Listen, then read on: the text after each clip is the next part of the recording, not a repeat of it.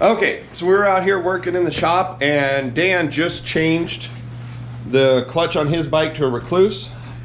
So he's got the clutch stuff out here. So I'll post that video right about here.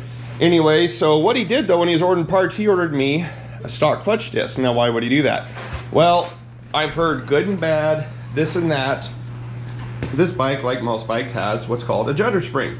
And a judder spring is in there to help smooth your clutch action. But there are reports of some 450Rs, R being the key phrase here, having the judder spring shatter, and then your bike is toast because your engine, oil, and transmission are not separate. And so since I've got the Vortex and Yoshi on here, am I pushing R horsepower? No. Am I pushing more than stock? Yes. Do I need to do this? Probably not.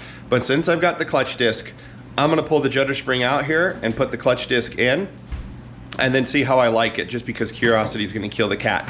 I wanna know what it feels like without it. Some people said it's horrible. Some people said they can't notice a difference, so I wanna see what I can notice.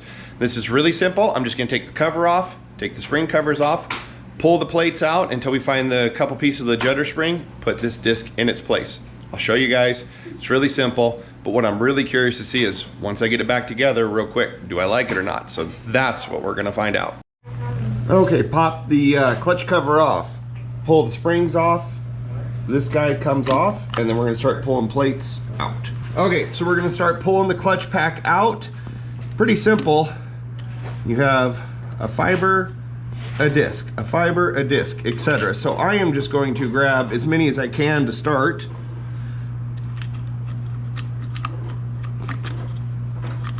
Ah, come on.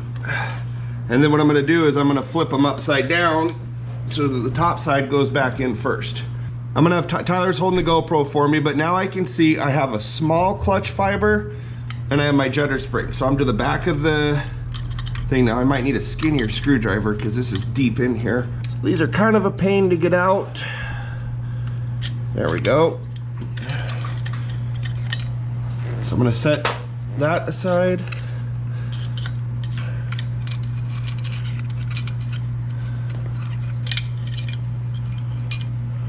So there is the judder spring itself, and the judder spring sits behind a plate.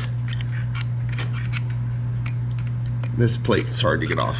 Okay, so I'm gonna get this out off camera for Liam, and then I'm just gonna put this back together with a stock fiber right here and go in reverse order. And then once I get that in there, we'll go take it for a ride. Okay, so just real quick as a comparison, if you look at one of the fibers that was in the bike, and then you look at the judder spring fiber, you can see that the judder spring's a lot smaller.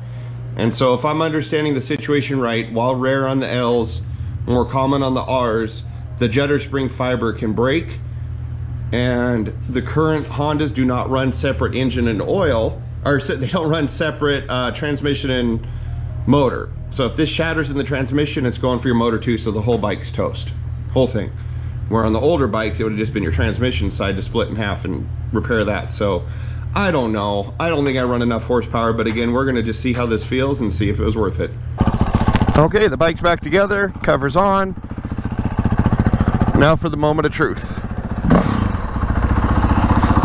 Okay. I don't see any difference. Oh, that was a little more catchy. Let's see. Okay, I'm in second gear right now. Yep, it's more catchy. Okay, so let's see. I'm in second.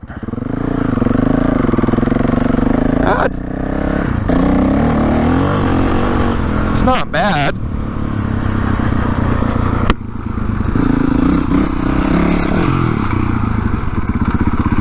Let's go slip it a little bit. So you can hear it. It's all bumpy. You can hear I'm lugging the bike a little bit. So we're going to slow down, dab the clutch, kind of just getting a feel for it.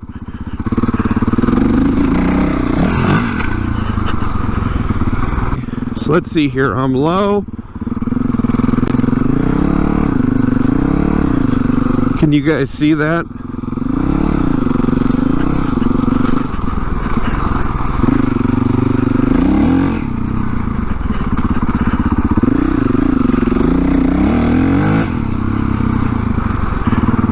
Okay, let's go do a test on the road.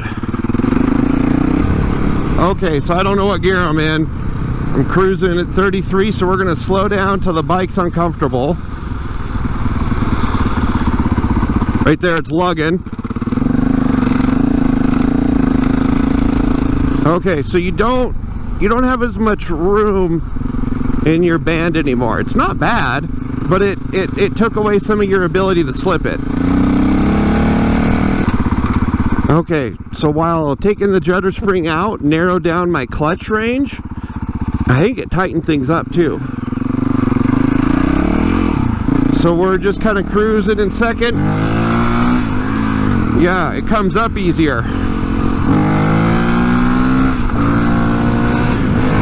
Okay, one more time out back.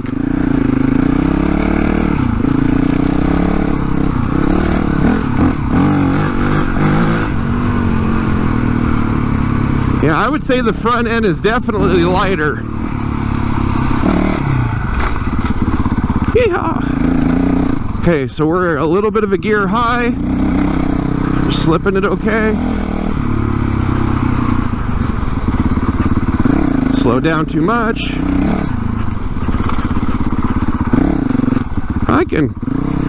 That's livable.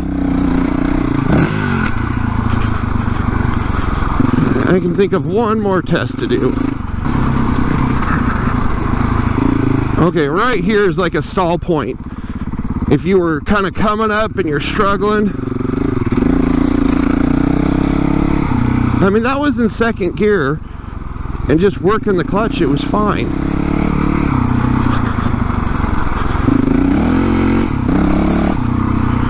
Now we're in third.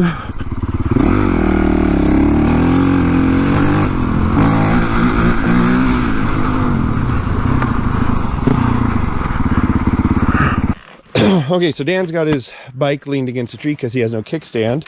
Well, yes, no kickstand is more racy. I still like my kickstand, but anyways, so like I said, even though these are two different videos, he just put his recluse in. So he's got the full automatic. And by me taking the Judder spring out, you could probably see in the video, hopefully you saw, but your band of where the clutch is grabbing and disengaging, it was a little less. It was only a little less. It wasn't that bad. What actually surprised me the most, to be honest, was when the clutch is out, the transmission is way tighter. Like, I didn't know the Judder spring was almost like a slipper clutch in there. That's the best way for me to describe it.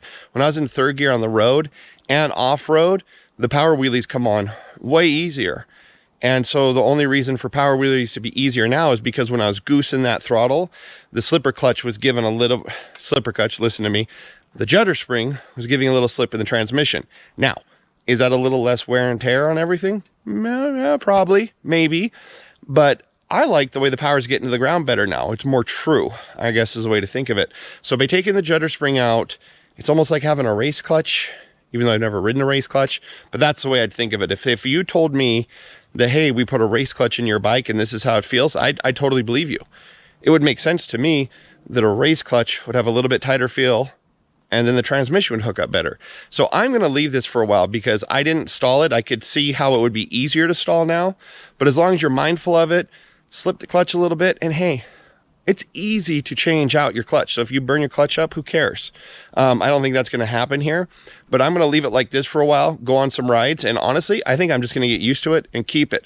But depending on where we end up off-road, if I feel like I'm stalling it a lot or not happy, then I can look to put it back. But for now, I'm gonna leave it.